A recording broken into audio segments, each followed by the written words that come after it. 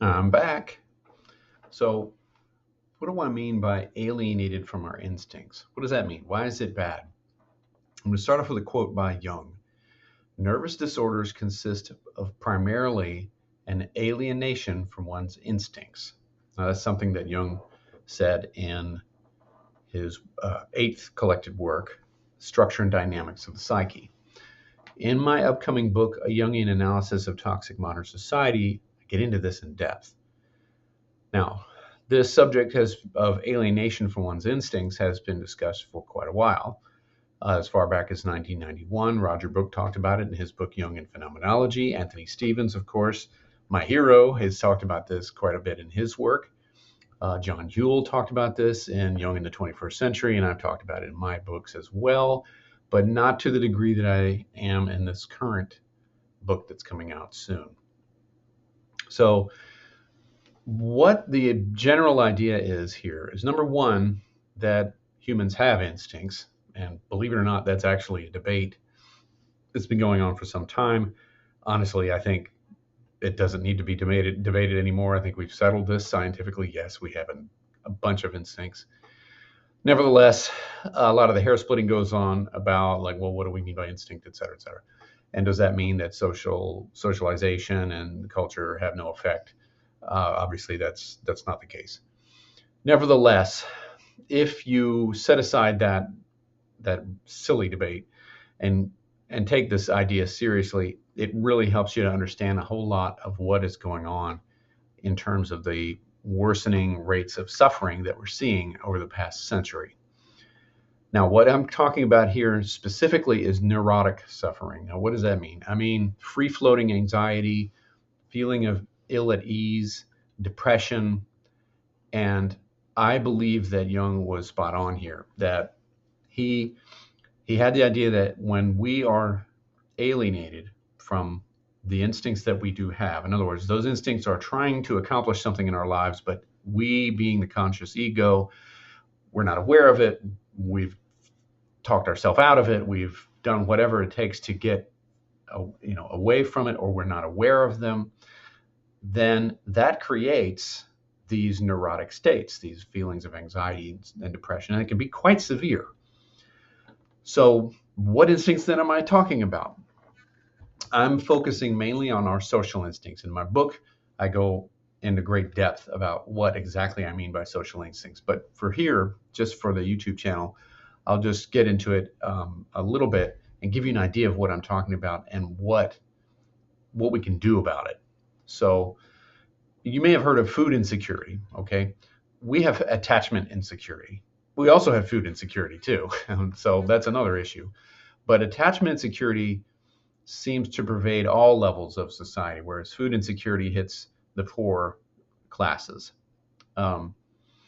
Nevertheless, in my practice, I encounter people every day who describe this terrible loneliness, feeling like they don't belong.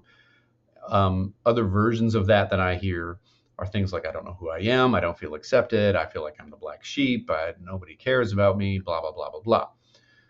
Now, those are all great examples of what I'm talking about in terms of being alienated from our social instincts. We want something, we don't know what it is, we're not getting it, and we're miserable as a result. So, who cares? Well, why is this such a problem? Well, the problem is that because our social instincts are so powerful, even though they don't necessarily overwhelm us with a clear idea of what they're wanting, if we are not feeling like we belong, the misery that comes forth can be so strong, it can be lethal. And I don't think this is very well recognized. And this is what I'm trying to illuminate. Now, I've been talking about this for years now, and I'm noticing that in the last couple of years, other folks are starting to talk about this too. Unfortunately, when I first started bringing it up, I couldn't get any of this stuff published. People weren't interested in it. They thought, no, this is not a real issue, blah, blah, blah. So, here we are.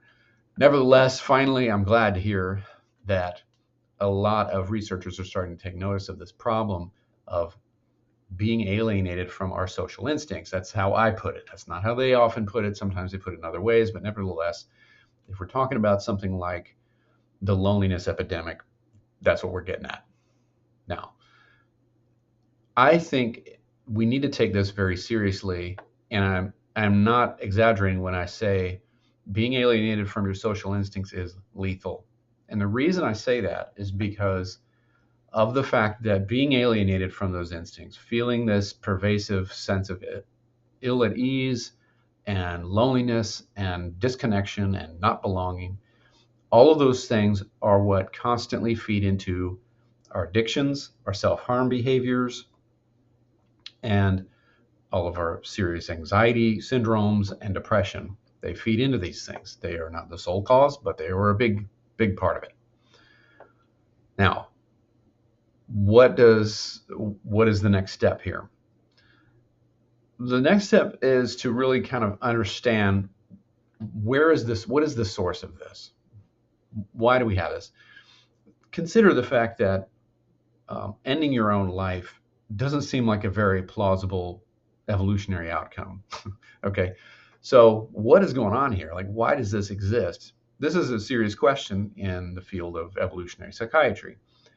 And I think it's actually fairly simple and straightforward to understand. But you have to accept the fact that when a person is wanting to end their own lives, they are typically not choosing that because that's actually what they want to do. More often than not, and vast majority of cases of folks that I've encountered and cared for, they want the pain to end that they're feeling. It's not that they want to actually end. What they want is to end is not their life. What they want to end is the pain that they're suffering, but they don't know how to fix it, the pain. So those thoughts emerge naturally. Now, consider humans at the species level. If you look at the animal kingdom, animals employ all kinds of different means of survival. Solitary animals like bears or tigers, they don't roam their environments in packs or in tribes. They have solitary lives, except for brief sexual encounters. Those animals, however, can take care of themselves just fine alone. We're not like that. We can't survive very well on our own, not compared to when we're together. We don't have tremendous strength. We don't have sharp claws, highly honed predatory agility. We don't have great big fangs. So compared to other mammals in our size range, we're slow and weak, and we take forever to reach maturity. There's a lot of good reasons for that, but those are trade-offs that we're allowed by what our main survival strategy is, which is working together. Consider even that the greatest heavyweight champion out there stands hardly any chance against something like a tiger or a bear or a lion in a one-on-one fight. Yet as a species, we're thriving in terms of numbers. We may not be all that happy about it, but nature doesn't care about that. As long as we're surviving, then we're going to keep going. So, long story short, our working together is the main way that we have survived since proto-humans came about. So this predates Homo sapiens. So granted, in the animal kingdom, maybe one human may not be much of a threat. Dozens or hundreds of humans working together is an insurmountable threat for any other animal. The only animal that is in danger of, the only animal that can pack together like this and be a threat would be a larger group of humans, because of the way that we work together and how extremely dangerous we are when we work together. Now, that the success of that and the difficulty of being able to enact that kind of behavior means that we've put almost all of our eggs into that basket. So cooperative survival efforts is the way that we survive, such that working together, we can take down the big animals like tigers and bears and mammoths and elephants and everything else by comparison. So how did that arise? Well, it wasn't because somebody somewhere decided that it was a great idea. No, we have been set up for that in successive increments over the course of humans and proto-humans, all hominins essentially, and even back into the hominids. They also work together as pack animals too. Chimpanzees, gorillas, they work together in groups. Humans do it to a degree that's unprecedented, except maybe in the insect kingdom, and it is immensely successful. but it's not an accident. And what I mean is, we're set up to work together. We are set up to long for a cooperative group to belong to. And if we are not part of one, we are set up to find that extremely painful, such that we will be extremely motivated to fix it. So what I'm getting at is that the reason that these social instincts are so powerful and that can lead us to actually considering ending our lives if they are screaming in pain is because they are so effective. Now, that means that our emotions and our social instincts are very harsh taskmasters. And it has to be that way, or else we never would have banded together the way that we do. So just like we would never deliberately avoid sticking our hands in fire if it didn't hurt like hell, and we wouldn't reproduce if it didn't feel so good, we would never bother with cooperating with one another without an emotional stick and an emotional carrot to drive it. And the stick in this case is the agony of loneliness, and the carrot would be the sheer joy of camaraderie. Now, consider that the only serious threat to our existence, at least now, other than from each other, is from things like bacteria and viruses. But what do those things do? They prey on our social instincts. Remember COVID-19? That really illustrated this. We don't like avoiding gatherings. We don't like being unable to see each other's faces. And once those restrictions were put into place, it caused an immense increase in our suffering and loneliness, and mental illness shot up. It was already increasing anyway, and it just got way worse. So these inborn tendencies are written into our genome. They're present in every culture. Whatever the cultural adaptation to those environments come in, they have to address this fact, and they will often either amplify or suppress it depending on the particular culture we're talking about. What culture can't do is erase this stuff.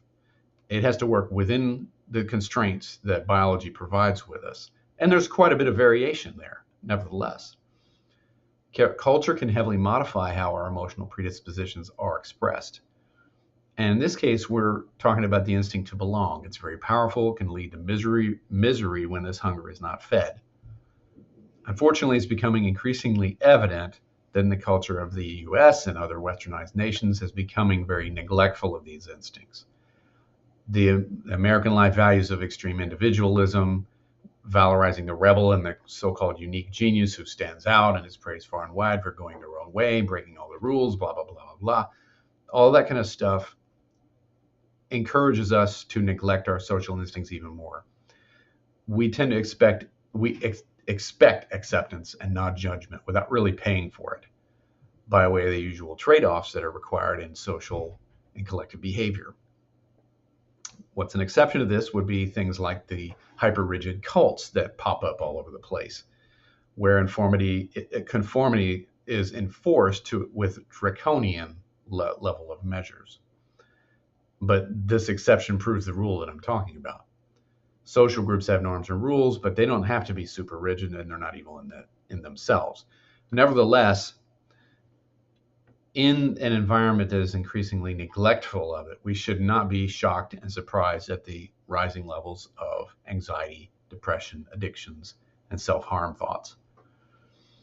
So getting back to Jung and what started this whole talk today, I think, again, the problem that we're seeing, one of the big issues that is behind the steady rise of depression, anxiety, and so forth, is the fact that we're becoming more and more alienated from our instincts. This is something that's been going on actually for centuries, probably, but it's just getting worse and worse and worse.